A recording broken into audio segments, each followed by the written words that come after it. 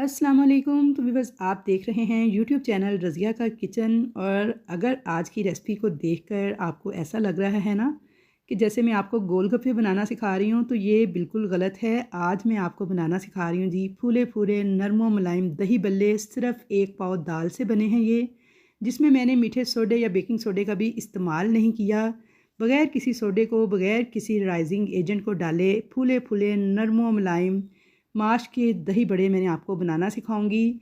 तो बस मैंने आपको इससे पहले बेसन के बल्ले बनाना सिखाए, जिसे आप सब ने बेहद पसंद किया।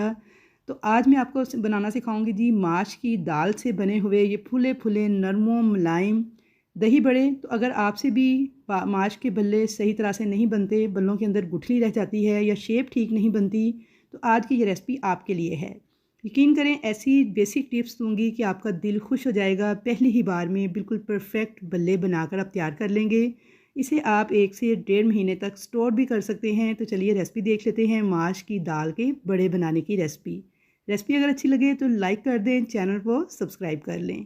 तो माश की दाल के बल्ले बनाने के लिए सबसे पहले मैंने दाल माश को अच्छे तरीके से वॉश किया 2-3 पानी। उसके बाद मैंने इसे रात भर के लिए भिगो के रख दिया था। तो आपने भी 6 से 7 घंटे लाजमन दाल को भिगोना है। तो यहाँ पे देखिए दाल फूल के वॉल्यूम में डबल हो चुकी है और फूल के सॉफ्ट हो चुकी है। तो दाल को आपने लाजमन 6 से 7 घंटे पानी में भिगो लेना है। अब मैं इसका सारा पानी निकाल दूँगी एक स्ट्रेनर में डाल के, और पानी को आपने वेस्ट नहीं करना, इस पानी को हम इस्तेमाल करेंगे। यहाँ पे देखिए स्ट्रेनर में डाल के दाल का सारा पानी निकाल दिया है। अब इस दाल को मैं एक जूसर ब्लेंडर जग में डाल दूँगी, और वही पानी जो कि हमने स्ट्रेन करके निकाला है उसमें से आधा कप मैंने डाल दिया है इस दाल के अंदर। तो यहाँ पे मेरे पास 1 पाव दाल थी, यानी 250 ग्राम, और उसमें मैंने आधा कप पानी डाला है। अब पल्स मोड पे आपने रोक रोक के मशीन को चलाना है और इसे ग्राइंड करते जाना है। बिल्कुल स्मूथ सा एक पेस्ट हमें रेडी करना है। तो अगर आपके पास दाल ज़्यादा हो तो फिर आपने इसे 2 से 3 पोर्शंस में ऐड करना है, लेकिन 1 पाव दाल में आधा कप पानी के हिसाब से आपने पानी की रेशो जो है वो सेट कर लेनी है, क्योंकि ये बिल्कुल परफेक्ट रेशो है। 1 पाव दाल में आधा कप पानी। अगर आप पानी ज़्यादा ऐड करेंगे तो फिर पतला सा पेस्ट बन जाएगा, और अगर आप इससे कम डालेंगे तो फिर एक बहुत गाढ़ा पेस्ट बनेगा। तो हमें बिल्कुल मुनासिब कंसिस्टेंसी वाला पेस्ट चाहिए। तो आधा कप पानी और 1 पाव दाल से ही बनेगा। अब यहाँ पे दाल देखिए मैंने ग्राइंड कर ली थी। थोड़ा सा मैंने पोर्शन लिया है दाल का, और थोड़ा सा कप के अंदर पानी डाल के ना उसके अंदर डाल के चेक कर लेंगे। तो ये देखिए ये तैरने लग गया है। अगर ये दाल का पोर्शन जो मैंने डाला है तैरे नहीं बल्कि जाके नीचे पैंदे में बैठ जाए, तो इसका मतलब है कि हमारी दाल अभी ठीक से फ्लफ़ी नहीं हुई, ग्राइंड नहीं हुई। इसे मज़ीद हमें थोड़ा सा ब्लेंड करना पड़ेगा। लेकिन देखिए ये तैर रहा है, तो इसका मतलब है ये प्रॉपर ब्लेंड हो चुकी है। तो बस अब इसे एक बाउल में निकाल लेंगे। तो दाल को ग्राइंड करते हुए चम्मच से आपने उलट पुलट थोड़ा करते रहना है ताकि ये इजीली ग्राइंड हो जाए। अब इस दाल के अंदर 1 टीस्पून नमक डाल देंगे और 1 टीस्पून डाल देंगे अजवाइन। इस तरह हाथ से मसल कर डालिएगा। आप चाहें तो अजवाइन की जगह पे सफ़ेद ज़ीरा भी इस्तेमाल कर सकते हैं, लेकिन अजवाइन डालने से ना ये बहुत हाज़मेदार बल्ले बन के तैयार होंगे, तो इसलिए इसमें अजवाइन ही ऐड करें तो ज़्यादा बेहतर रहेगी। मिक्स कर लेंगे इसे अच्छी तरह से बिस्कर के साथ और फेंट लेंगे। अगर आपके पास ये हैंड विस्कर है तो इसके साथ तकरीबन आपने 5 से 7 मिनट तक लगातार इसको फेंटते जाना है ताकि ये बिल्कुल फ्लफ़ी सा हो जाए बैटर जो है। लेकिन अगर आपके पास ये हैंड विस्कर नहीं है और आप थोड़ी कम मेहनत करना चाह रहे हैं, तो फिर अगर आपके पास ये एग बीटर है तो इसके साथ आपने सिर्फ 1 से 2 मिनट इसे बीट कर लेना है हाई स्पीड पर। तो मैंने भी यहाँ पे एग बीटर के साथ इसको 1 से 2 मिनट तक हाई स्पीड पर बीट कर लिया था। तो यहाँ पे हमारा बैटर बिल्कुल तैयार है बल्ले बनाने के लिए। ऑयल मैंने गर्म होने के लिए रख दिया था चूल्हे पे मीडियम टू हाई फ्लेम पर। तो यहाँ पे ऑयल को मैंने मीडियम टू लो फ्लेम पे गर्म कर लिया था। अब एक चम्मच लेंगे स्टील का, इसको अंदर से ग्रीस करेंगे और बेहतरीन शेप बनाने के लिए गीले हाथों के साथ छोटा सा पेड़ा बनाकर इस तरह से इसकी शेप बना लेंगे और इसको इस तरीके से चम्मच में डाल के तो ऑयल में डाल देंगे। तो बिल्कुल परफेक्ट शेप बनेगी आपके भल्लों की।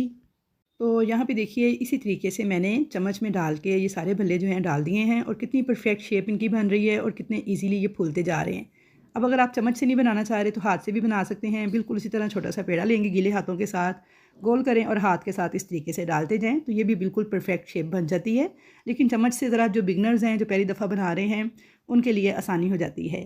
तो यहाँ पे देखिए 3 से 4 जो हैं वो मैंने आपको चम्मच से बनाना सिखाए हैं, बाकी सारे मैंने हाथ से ही बना के डाले हैं। तो कितनी परफेक्ट शेप आ गई है उनकी भी।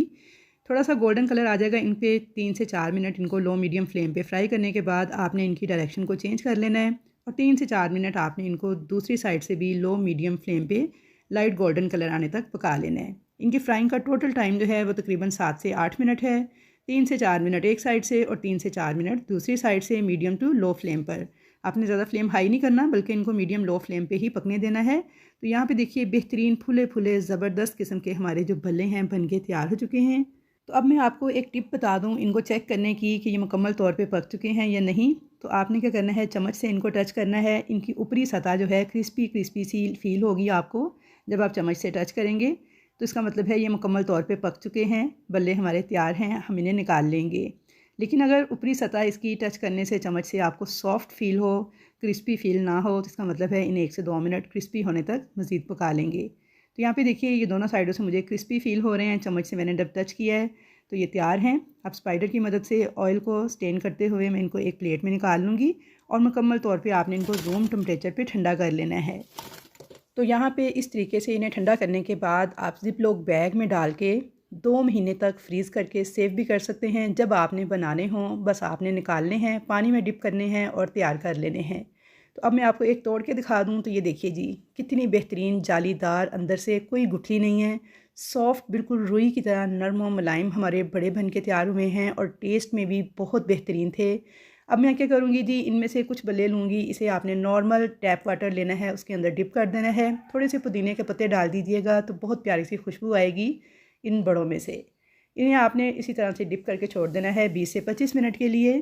तो यहाँ पे तकरीबन 30 से 35 मिनट मैंने इन्हें पानी में डिप करके छोड़ दिया था। अब 30 से 35 मिनट के बाद आपने भल्लों को पानी से निकालना है। दोनों हाथों के दरमियान इस तरह से हल्का हल्का प्रेस करके पानी को निचोड़ लेना है। तो इस तरह देखें जो ऑयल इसके अंदर था वो सारे का सारा पानी में चला जाएगा।